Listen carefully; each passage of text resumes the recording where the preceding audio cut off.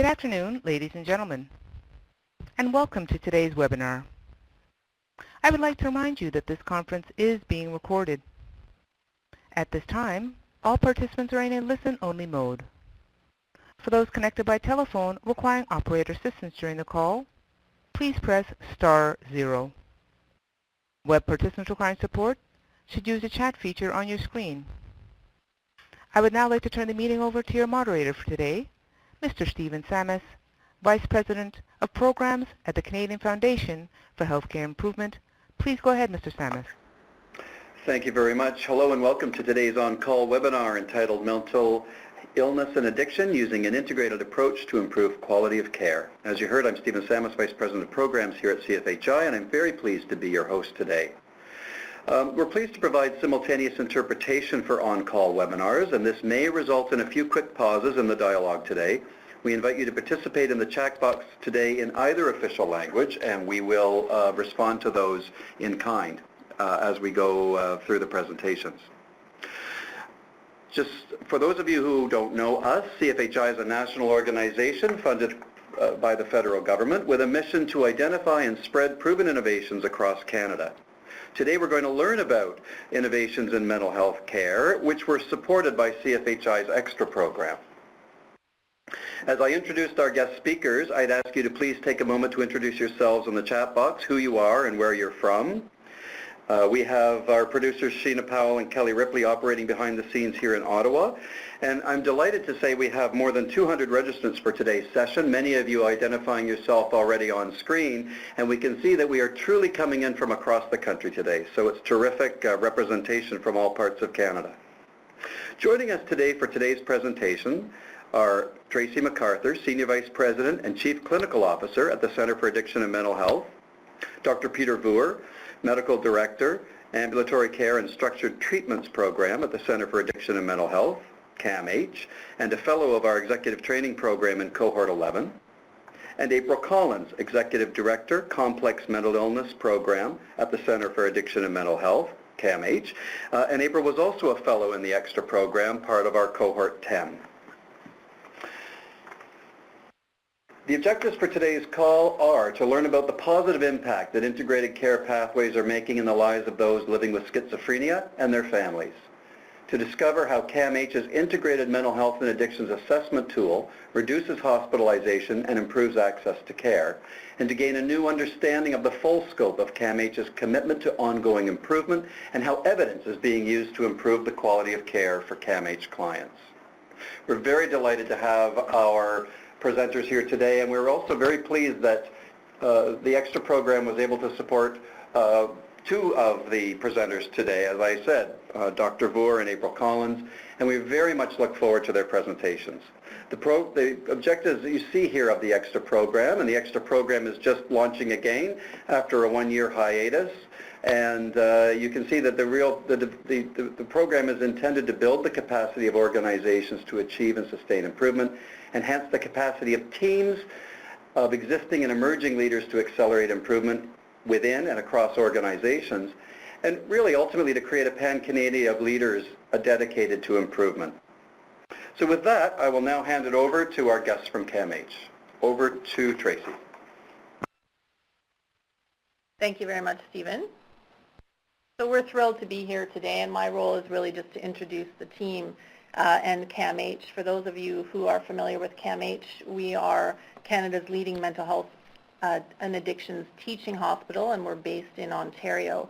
And we like to think that we really have two major focuses, really applying the best evidence-based care to treat the patients today, as well as leveraging our world-renowned research and education partnerships to advance care for the patients and clients of tomorrow. Today there are really two projects we'd like to focus on. Dr. Voer is going to discuss one of our innovative pop-up clinics to improve access within our ambulatory care and structured treatment program, and April Collins is going to discuss how we've applied an integrated care pathway to our schizophrenia program. As you'll see from some of the statistics about CAMH, our major patient population is very complex and acute mental illness, so we're excited about the innovations to both improve access as well as to increase standardization to drive overall quality for the clients within our care. I'm going to turn it over to Dr. Vore now to discuss our first project. Well, thank you, Tracy. It's my pleasure to be able to talk about our extra project, and also actually to talk about some of the work that we did based on the extra project that proceeded after that. So I was a member of our extra team from CAMH in 2014-15, which included Neil Carson, the executive director of our program, and Margaret Gers, who is the director of professional practice. So over the next 20 minutes, what I'll do is I'll describe the context within our program and the problem that we had with respect to how we sort patients and assess them in our program.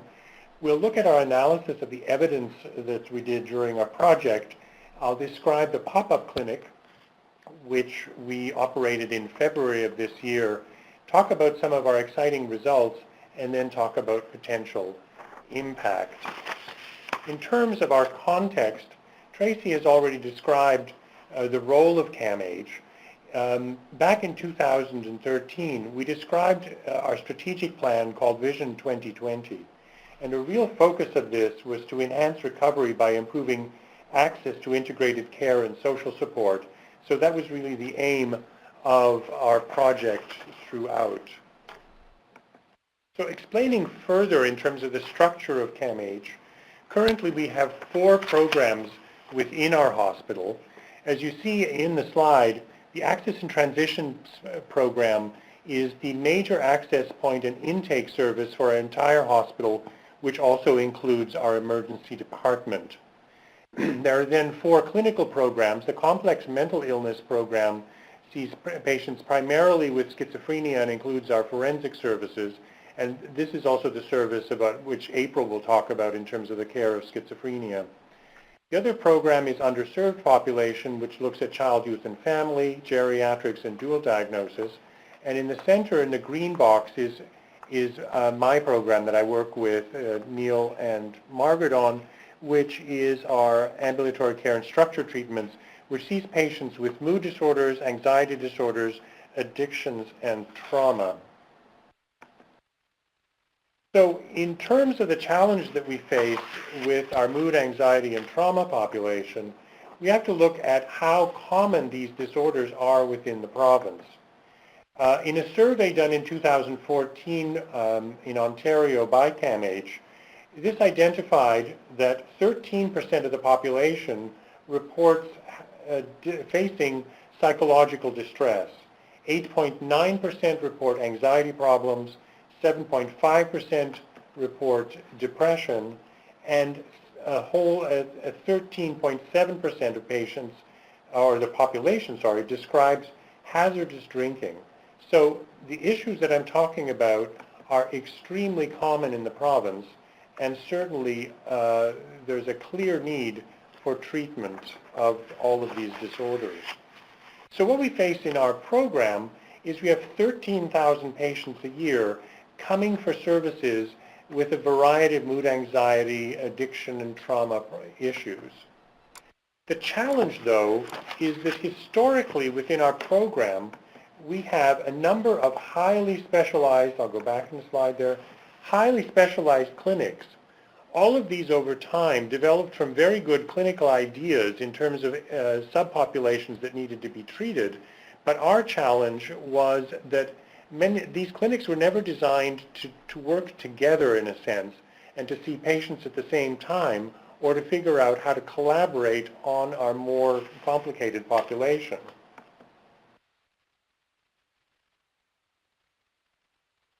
So let me describe then some of the problems that can occur when you have this complex clinical structure and patients who present with more than one problem.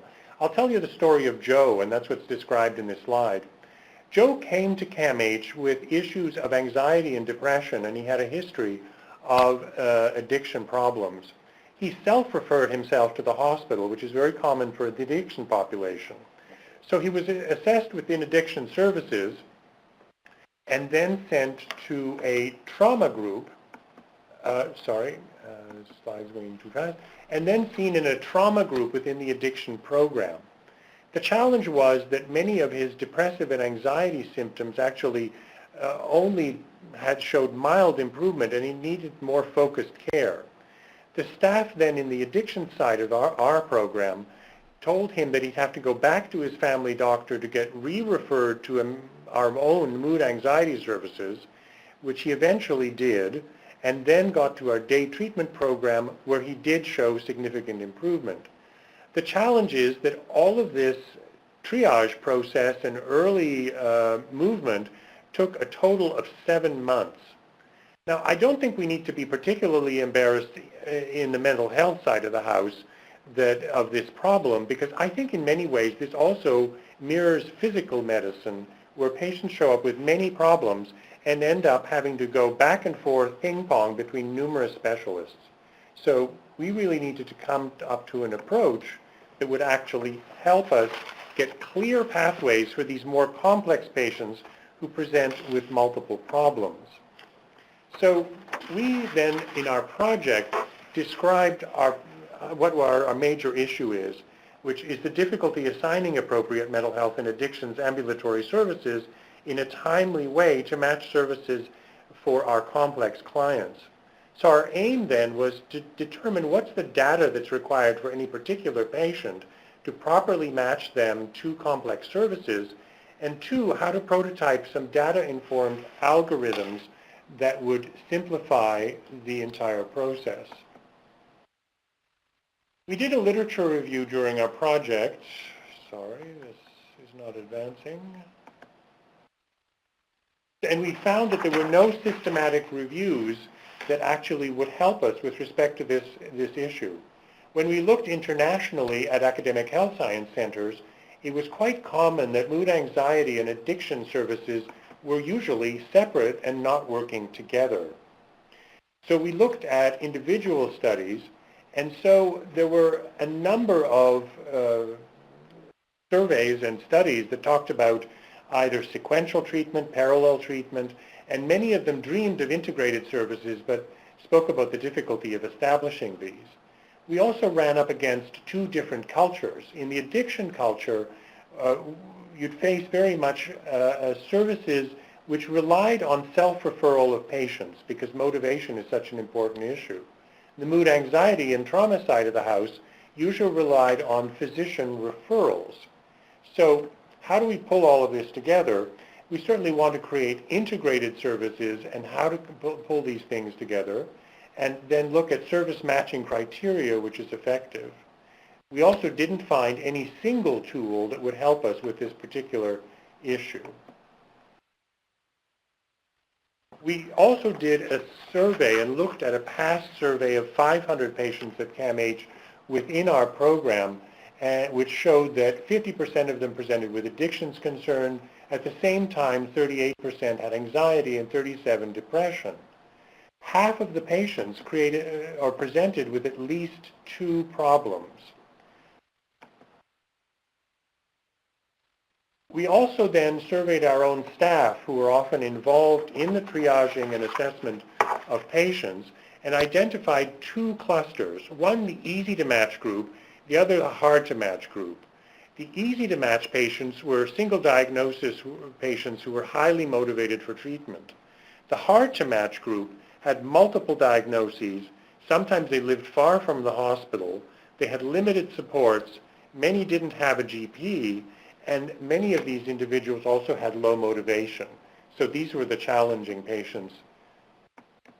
We also did archetypes for a number of patients who had gone through our services, and we found that the story that I told you about Joe a few slides ago is actually a recurrent issue, that patients often will bounce back between services and have multiple assessments before they land at the treatment they need. The NHS, the UK model, is actually assist us somewhat in terms of how to do service matching. They talk about 5 parameters that you need to determine for all patients before you can properly match them. One is a list of all of their concurrent problems with diagnoses. 2, the level of severity of the illness and the risk factors. 3, the level of impairment in the community, 4, the previous treatment trials that have been attempted with this patient and how they responded, and finally, client preference and motivation for care. The NHS is also helpful in that it's created clusters of patients with various symptom groups and also severities. The challenge is that even the NHS, which has so much best practice, still separates addiction treatment from mood anxiety treatment. So there's room for improvement here, and certainly our project looked at how we would do this. So let me talk then about the pop-up clinic which we designed and ran in February. In February, over 9 half-days, across 3 weeks, we saw 77 patients who had been referred to the various services within our ambulatory care and structured treatments program. Rather than sending them to individual clinicians for assessment, we established an interprofessional team, including 2 psychiatrists, one from mood anxiety, one from addictions, and a collection of allied staff from various services. They would then meet as a team at the beginning of seeing approximately 10 patients in a half day and talk first about what would be the best assessment approach for any particular patient. We established various models, even within a half day, of either seeing an allied health person. Some patients saw a psychiatrist immediately. Sometimes they saw a team, and then sometimes they would see one allied health and then psychiatry after. So we were creating models and being flexible every time we did this. So let me tell you about some of our results. The first is we had a very good show rate for this clinic, and patients were quite enthusiastic about being involved in this model. We had an 88% show rate, which is certainly much better than our traditional clinics here, which sometimes will run a 20 and 25% no-show rate. In terms of addiction concerns, 30% of all of these 77 clients named addiction as a problem, and among those, half of them named alcohol. When we did a self-rating scale audit, then we also showed that the alcohol issues were severe with an audit score of 20.5, so clearly those problems needed to be addressed and people needed alcohol treatment at least. When we looked at mental health concerns, we did self-rating scale called QUIDS, and this actually rated scale patients as a 13.7 on QUIDS, which is actually the moderate rate of depression, which clearly needs treatment. Anxiety was also highly rated. An interesting finding was that half of the patients also said that they had a trauma history, much higher than we might have expected. In terms of then looking more specifically at concurrent disorders, half of our patients, again, just like our earlier sample, had concurrent problems with at least 2 issues, and many of them had more than 2 issues. In terms of level of impairment, we looked at the last 30 days, and 12% of our patients had been to the emergency department, 9% had been hospitalized. We looked also at longer-term history, and 28% of this patient population had had a head injury, which is also something that we need to pay clear attention to. In terms of treatment history, 45% of our patients, 45% of our patients had had addiction treatment, and 65% had had mental health treatment. One of the challenges in terms of treatment history was also that 28% of our patients, almost a third of our population, did not have access to a family doctor. So this is a major issue that we need to deal with. So in terms of being able to match these patients in these half days during our pop-up clinic, we matched 96% of the patients in these one-day assessments by a multidisciplinary team. There was also high patient satisfaction and staff satisfaction in doing this process. And as you can see from our data, we also got a much better sense of who are our patient population and what might be their treatment needs. So it will help us for future service planning. In terms of our potential impact, our ambulatory care and structured treatments program sees 40% of all CAMH patients.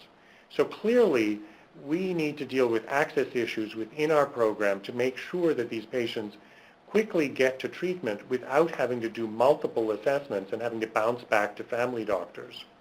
So what we've presented, hopefully, is a novel evidence-based new program and structure to see how we'll do assessments. We are already speaking about how we can substantially sort of increase the number of patients that we would see in a much larger clinic which have the same structure as our pop-up. This could certainly have a significant impact if it were applied in other areas of our province, because the whole access to integrated care is a major issue within mental health, and we need to move more patients through our systems in a more effective manner so that they get the treatment that they need. Within our own program, what really is quite striking is there was a lot of staff engagement in the design of this pop-up, because staff clearly saw this as a potential solution to an age-old problem, because they'd seen patients bouncing back and forth between our specialty clinics and actually not getting better. So there was a lot of excitement about doing this. Also, there was excitement about reviewing the literature and looking for evidence-based approaches to solve this problem, and hopefully then establishing an evidence-based innovation. So thank you for listening. I will now hand it over to April.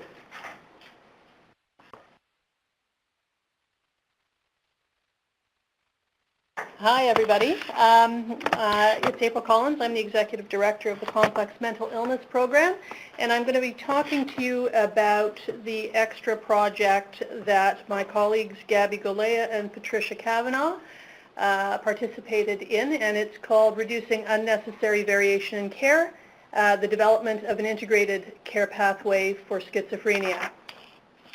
So, as you know, the health system in Ontario is undergoing a period of fairly substantive change, and patients and families are increasingly sophisticated consumers of healthcare and have correspondingly high expectations.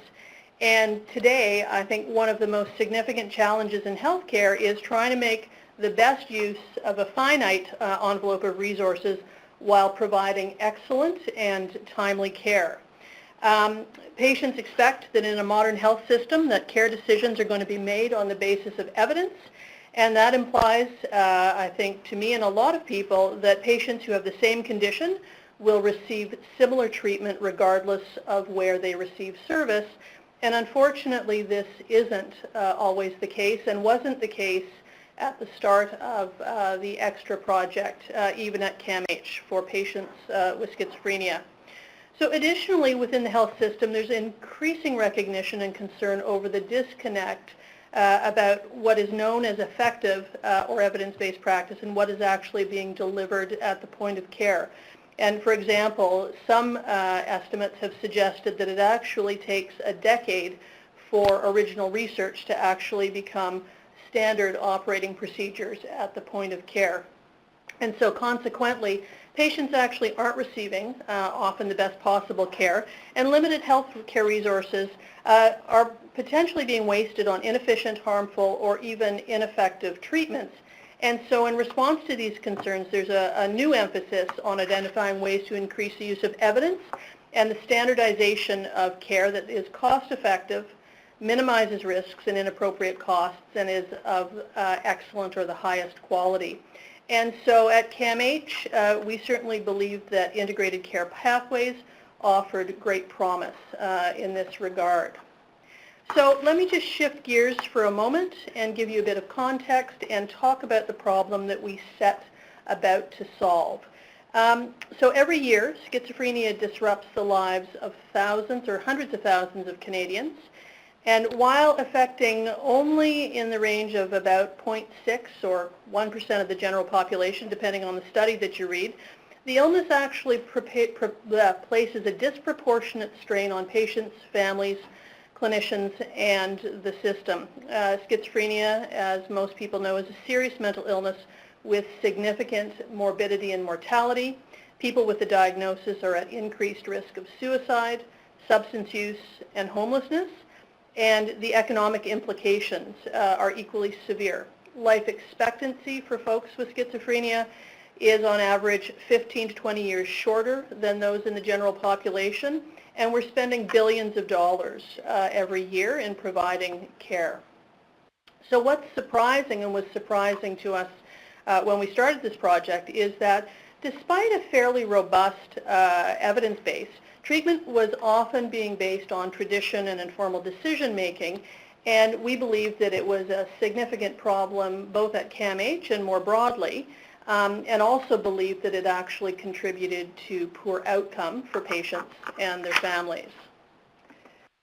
So in terms of the opportunity that the project presented us, we essentially argued that the development and implementation of an evidence-based pathway would actually enhance quality of care by improving all four of those domains that we've articulated there. So we thought that standardized evidence-based care would improve outcomes for the patient, improve the patient and family experience, optimize the use of our resource, and improve health equity, again, through the standardization of care and decreases in unnecessary variations.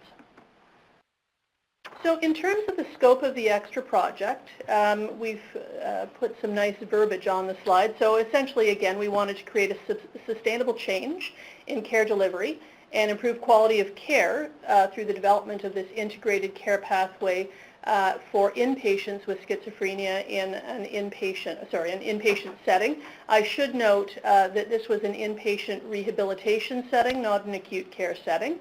And outlined on that slide are the success criteria that we established a priori and judged ourselves against throughout the project. And I'm pleased to say that we've actually, through the many months of the extra project, we're able to build, design, implement, validate, evaluate, and have begun the rollout across the organization on our other rehab units and more broadly.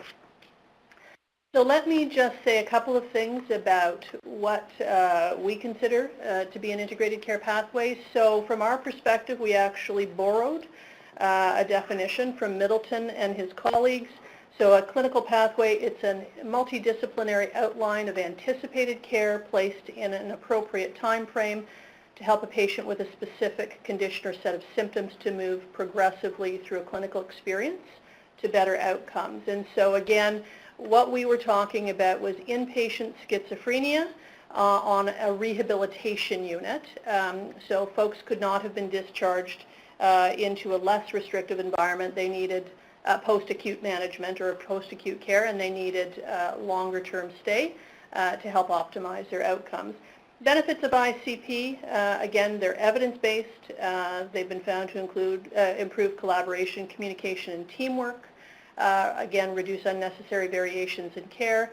Very outcomes-based, measuring improvement in care and outcomes, and have consistently been found to improve the patient and family experience of care. Oops, I just double-clicked. Hang on. We'll take you back. So again, just at a more granular level, an integrated care pathway, and this was borrowed from the Alberta Health Services, it really tells us what to do, when to do it, who specifically is going to do it, how to do it, and where it will be done. Oh my God.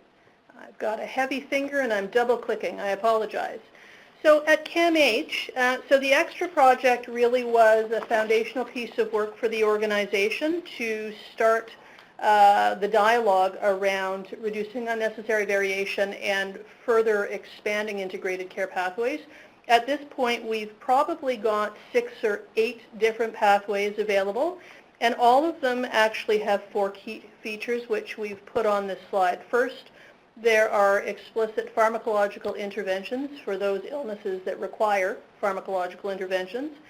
There's a cadre of non-pharmacological interventions for folks because, again, we take a social determinants of health, whole person approach to care, particularly with folks with long-term illnesses. Third is each and every one during a rollout of a care pathway, following a current state analysis, there is a intervention to enhance team collaboration and functioning. And last but not least, the organization, in any time we design, implement, and evaluate, we've got support already built in via dedicated resources to help the projects get off the ground. They're time limited, but I think a key element that has helped us drive our success. Oh, sorry. So I found this slide actually when I was doing the extra project, and I've loved it, and I use it as regularly as I can. So to me, again, the task isn't to see if a practice works, but to implement it in a fashion so that it will work. So I think it's really important to spend a couple of minutes talking about change management because, frankly, the easy part in developing evidence-based care pathways or ICPs is really about the content or the algorithms. The challenge is really about how you get people on board to want to actually participate and be part of the project. And everybody knows hospitals and large agencies, they're professional organizations that are characterized by high levels of professional autonomy. And so we fully anticipated that and believed that the introduction of the ICP couldn't be dictated, but rather professional staff had to be persuaded to participate. Otherwise, no change would actually happen within the organization. Oops. Hang on, we're having trouble with the slide. I got a heavy finger. So we actually used a 6-phase kind of project-based approach to the development and implementation of the ICP. And it really helped us be very disciplined and focus our efforts and develop work plans.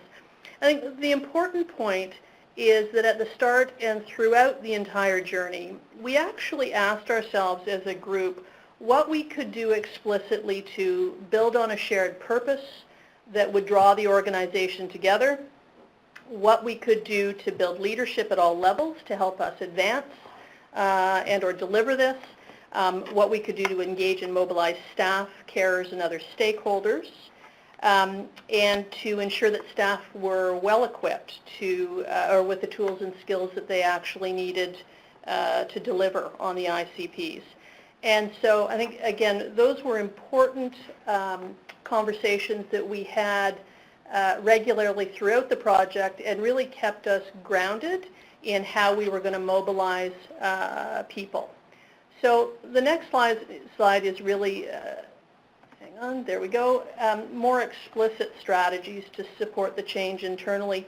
So we were fortunate to be able to embed or ground the ICP project in the CAMH strategic plan, which is built around the expectation that the healthcare organizations focus their accountability for the delivery of high-quality patient care, and that quality of care is supported by the best available evidence and standards.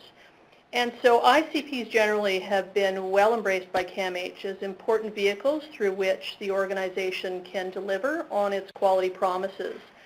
They're embedded in our quality framework.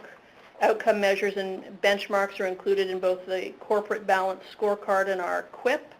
And there's an expectation that all clinical programs at this point actually participate.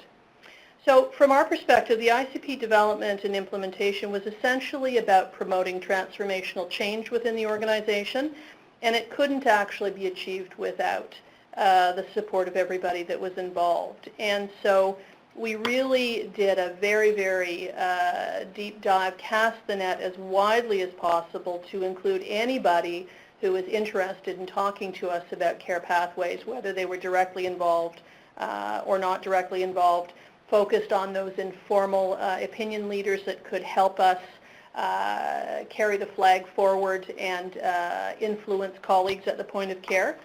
And really the change internally was very much built from the ground up because of a fundamental belief that it was the point-of-care staff, physicians, managers, patients and families that were the true experts in this work. I should note physician engagement was emphasized as an important goal from the start, and we were really fortunate to have been able to engage an enthusiastic physician leader who played and continues to play a really important role. Actually, there's a number of them, including Dr. Peter Boer, right next to me, who continue to be champions or ambassadors for care pathways for the organization. ICPs internally in this project in particular, very much an organic process built from the ground up. Two key ingredients that I've highlighted in red on the slide, the usability testing, and that was really about getting point-of-care staff to operationalize and validate the core components of an ICP, and the incorporation of the high-performing team effectiveness training. Those two were critical pieces, I believe, of our journey, and really helped us push forward and create a successful care pathway that we've been able to roll out across the organization. Oops. So in terms of barriers and facilitators, I've talked a lot about many of the things on the slide. I do again want to just emphasize the third point on the slide. Can't emphasize enough that really what we were talking about was creating transformational change within the organization, and we were asking people to engage in a paradigm shift. We were asking them to think differently and deliver care differently, and only if we engage them were we actually going to turn the corner on this. Again, I think it was because this was from the ground up that we were able to achieve very high levels of participation and fidelity to the pathway. And really, the language that I've used internally is that it feels like we've actually created a social movement internally. And after, interestingly, the first months of the initial very sort of rigorous engagement, our challenge wasn't about engaging the organization in ICPs. It was just the opposite. It was actually slowing down the organization because everybody wanted to either participate and or create new pathways. And so we actually had it was one of those unintended consequences that we hadn't actually contemplated initially. So in addition to the barriers and facilitators that were on the previous slide, I think one of the things that actually helped with the uptake and ongoing sustainability is we've actually created report cards, for lack of a better word, that we actually send to inpatient staff. For some staff, they want it on a biweekly basis, and it actually helps track performance over time on key indices or requirements of the ICP. And again, I think it helps both monitor and incentivize uptake and adherence to the ICP.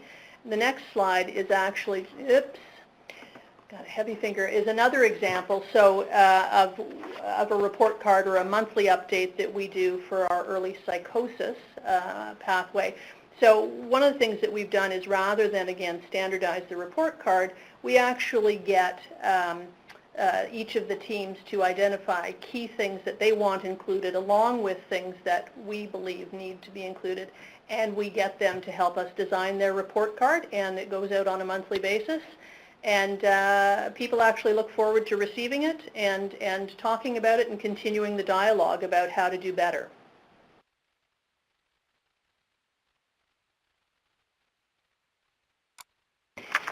So in terms of the results, so internally we use a metaphor and we think about ICPs as a tree with branches. So the extra project in and of itself was an inpatient schizophrenia pathway for our rehab units. And at this point, all of our rehab units are using the ICP, and we've got about 198 people enrolled to date. We've also taken that pathway, and this is one of the branches, out to our geriatric service, and they've adapted it and tweaked it a bit for older adults with schizophrenia, and that's still a work in sort of fairly early stages of development. But we've also used the schizophrenia pathway, particularly the medication algorithm piece, and as a foundational document to build an ICP for first episode schizophrenia on our early intervention unit. And that is a dedicated 18-bed unit, which is an acute care unit for young people who have a first episode of a primary psychotic illness. And at this point, we've got about 168 youngsters through that pathway. So we've actually done a fair bit since the end of the extra project. And again, I just want to remind you that we'd originally set out to improve patient outcomes, improve the patient and family experience, optimize the use of our resources, and improve health equity. So if you, I should actually just say, so we're still in very, very early days of data gathering and analysis, but our results so far are fairly promising. So we've actually got very high rates of fidelity to the ICP, with feedback from staff that it's actually useful to them. They're endorsing feeling like they're communicating better. There's increased structure and predictability to the work. And there's also endorsement that there's a sense of gratification that they're actually delivering care at the bedside based on evidence or best practice. The feedback from the patients and families has suggested that they're generally satisfied. And what we've also noticed a huge improvement in documentation efforts. So in addition to those sort of general results, when we've done a preliminary analysis on the rehab unit, folks on the ICP, we've actually seen a significant improvement in function using the GAF. And the measure there is the percentage of clients whose GAF actually improved 10 points or 10% or more. And it's quite a significant finding. Oops. Second, on our rehab units, we've seen a slight reduction in the average length of stay of about 2 days. Oops. I am slide challenged today, folks. Sorry. I've got a heavy finger. Okay. Our length of stay data for our early psychosis. So this is the first episode of primary psychotic illness youth unit. We've actually seen a fairly substantive reduction in length of stay without a corresponding increase in 30-day readmission rates, and we've found similar improvements, not unanticipated, in level of function. I think many of these changes are the result of a couple of things. First is much more focused interventions and processes at the point of care. And I think an elimination of redundancy. One of the things that we regularly were getting feedback from patients and families about was complaints about being asked the same question by multiple care providers in the same admission.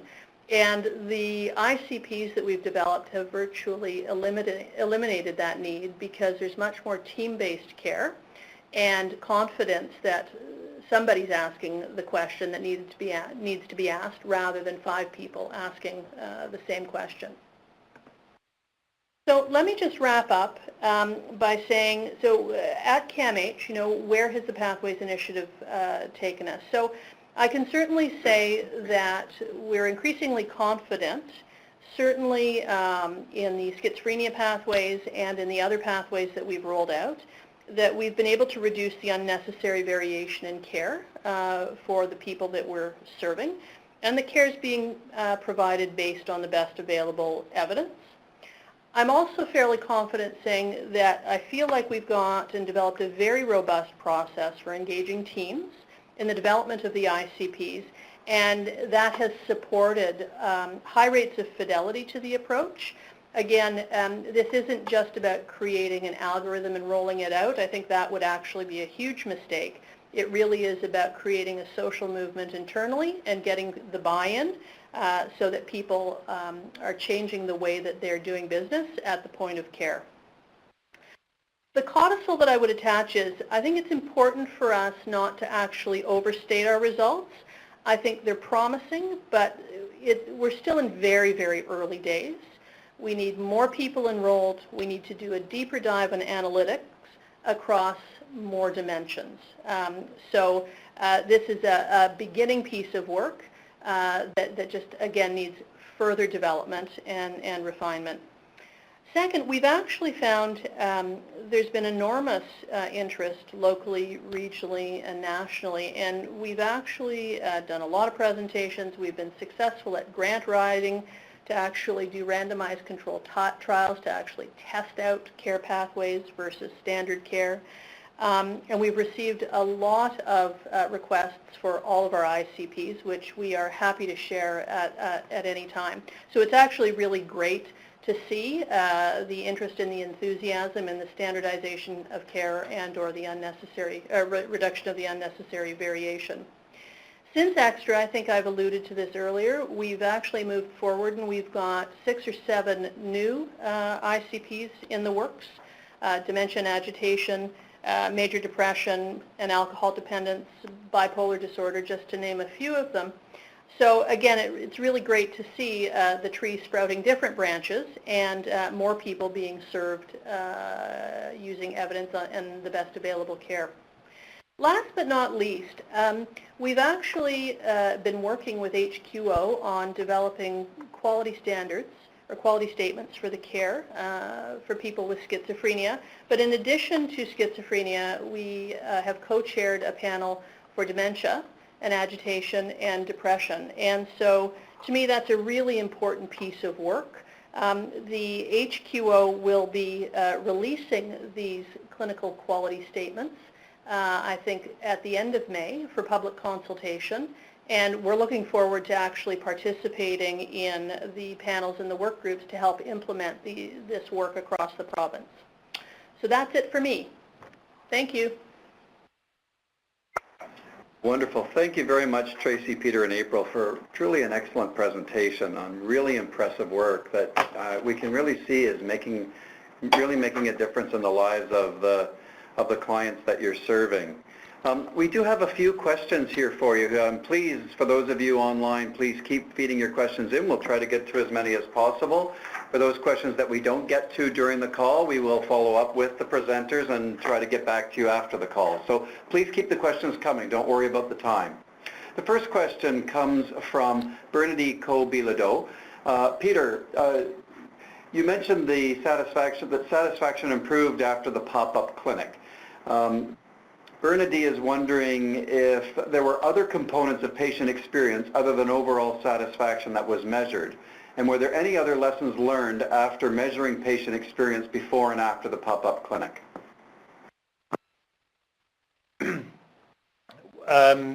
We haven't really done a complete panel yet of patient experience and evaluation of that yet. The comments that we received, I mean, some of this is really qualitative in addition to quantitative. The statements were that the people were pleased to be seen by a multidisciplinary team, and they were pleased not to have multiple assessments before getting into a treatment program. As I stated earlier, we don't yet have data on the success of the treatment after they're triaged to those services, but certainly we have lots of evidence that this step of the process was much simpler and didn't need as much bouncing back and forth as had been traditional. You know, I'm going to skip to a different question. It's very much related to that, Peter, from CIHI, and it may help with the post-enrollment outcome measurement data. But the question from CIHI is, they're interested to hear how the CAMHs use the RI-MH outcome scales, etc., as part of the evidence for measuring outcomes and improvement. We hadn't used the RI yet because, of course, RAI is an inpatient scale, and this is really looking at outpatient services. We're really in the early days anywhere in terms of outpatient data because I think we know across the country our data on our mental health and addictions outpatient services is actually quite limited. So we would be looking forward to more standardized outpatient rating scales that would be adopted across the system because that still is yet to be developed. And so if I can just say a couple of words, I had hoped to actually have the RAI analysis available today. So RAI in the inpatient ICPs is actually a fundamental part of the evaluation. During the extra project, for example, we presented a bit of data that actually demonstrated fairly significant shifts over time from the point of admission to the point of discharge on a number of domains, the MAPS triggers, so things like ADL or IADL, aggressivity, suicidality. Anyway, so I don't have that data today. It is a fundamental part of the project. The work that I was just talking about, really we had looked at a handful of people going through the ICP to present the results. But hopefully we'll have that data in the near future. Oh, that's excellent. Thank you. We'll look forward to seeing that. I think it'll be an important part of your follow-up from the project. Agreed. We have a question from Monica Lexhog. Peter, you referenced that the literature did not show one tool that would be best evidence for these assessments. I'm wondering if the panel ended up using a couple of tools in particular that they found to be most helpful. Yes, they did. I mean, we used rating scales for depression, for anxiety, there's some general scales that we tried for identifying concurrent disorders. That's still a work in progress, and we're still sorting through other potential tools. One of the challenges that we certainly face in creating a larger clinic based on this pop-up model is that we also don't want to slow down some simpler patients going through the system, because you don't want to touch them too many times if they come with fewer problems. So not everybody will need the complex approach, but you do need a team to quickly identify who might be the simpler and the more complicated patients. Right. Okay. Thank you. Another question here, this one from Kelsey Priest.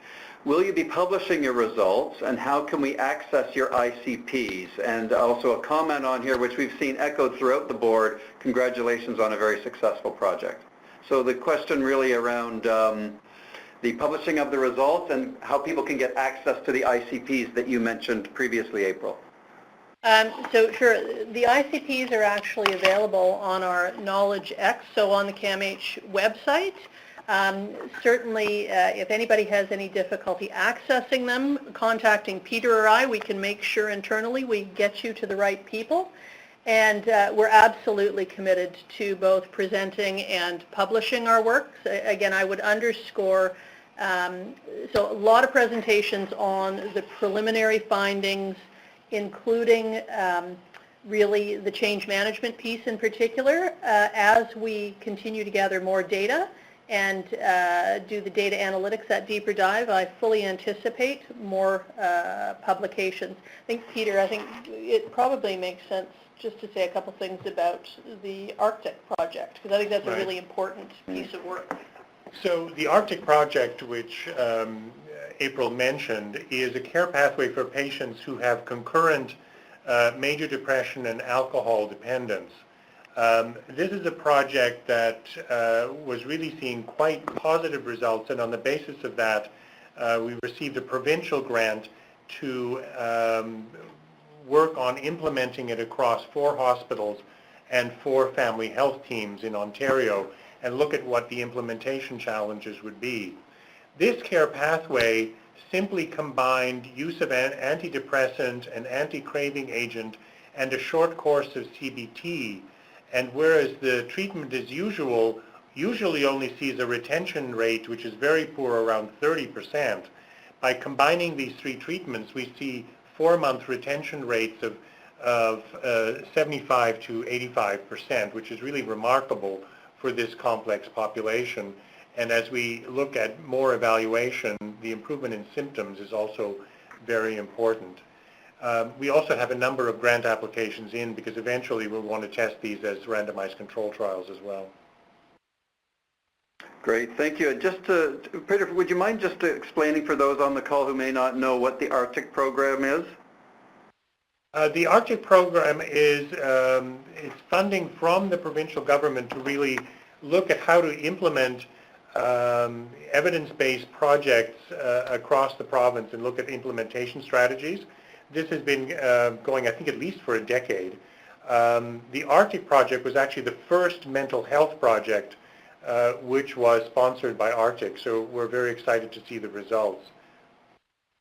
Great, thank you. And just to let everyone know, we will be featuring the project that is now being spread through the Arctic program in the fall, on our On-Call in the fall. So watch for that. Sign up for the On-Call series and watch for that one coming up. We have another question here. Is there any advice for engaging fee-for-service psychiatry versus salaried psychiatrists? We have all salaried psychiatrists with some additional hard funding support at CAMH. This really appeals to clinicians and psychiatrists' desire to improve care and to solve some of the challenges that they've seen over a number of years of treatment failures and poor outcomes. So we have really seen amazing engagement among both physicians and non-physicians in the creation of these projects. The creation of any of these integrated care pathways usually takes about 6 months. That's been what we've seen here at CAMH, and it involves a planning team that gets together right from the front line. And we've had great participation of our physicians in the design of these. Thank you. A very quick question here. For the dementia ICP, are they working on early onset substance-induced dementias? They haven't yet. The focus has been on Alzheimer's type and vascular dementia. What we're actually looking at in that project is how to implement it in long-term care homes and look at that population so that the aggression can be curbed right in the home rather than having to lead these to hospitalizations. Thank you, Peter. And our final question, and we can wrap up with this actually, is a question from Scott Secord. What is the plan for knowledge translation and adoption via HQO, Health Quality Ontario, and CFHI? This standardized approach, he says, is badly needed. So would you maybe just talk a little bit, any of you, about the knowledge translation work and some of the work you're doing with HQO, and then I can just chime in a little bit with our interest at CFHI. I think there are two parts to this. I mean, one is the advancement of the care pathways we've done ourselves, and we're very interested to see how the Arctic project proceeds to find out what are the issues that lead to successful implementation in both hospitals and family health teams. On a higher level, there's this issue that April mentioned of us chairing various expert panels to create the clinical quality standards for the areas of depression, for schizophrenia, and for dementia and agitation, and then look at how this will be implemented across the province to improve care. The quality standards are more high-level statements, and we think that the integrated care pathways may actually be a method for hospitals and for family health teams to implement the quality standards. Thank you. And as you know, we're continuing to be in touch with the team at CAMH and to be following the evaluation of this approach very, very closely, and with a view perhaps at some point as the results get more and more robust, that we may be able to collaborate together and perhaps even develop a collaborative that would be pan-Canadian, that would enable organizations to begin to adapt and adopt the process that's been taken at CAMH. So that is something that we certainly have on our radar here, and we'll be looking forward to continue to working with the team at CAMH on that. So I would just like again to say thank you so much for excellent and engaging discussions today. We hope you found this session informative, and we hope that you'll join us again in the near future. Thanks again to our three great presenters. We do invite you to sign up for our CFHI newsletter and to keep an eye on your email for a full listing of the upcoming webinars. As you see here on the screen, the evaluation, your feedback is invaluable to us for future webinar design, so please take a moment to provide us with some feedback on today's session. And with that, once again, I'd like to thank Tracy, Peter, and April for their great presentations today and tremendous work. It was so exciting to watch this work develop through the Extra project and the way it continues to move through your organization and perhaps through a partnership with us someday across the country would be really, really exciting for us as well. Again, thanks all of us for joining the call today. Thanks to our presenters, and bye for now. Thank you. Thank you. Thank you. A note to our presenters. We ask that you kindly remain connected for the post-conference. This concludes today's call. Thank you for your participation. You may now disconnect.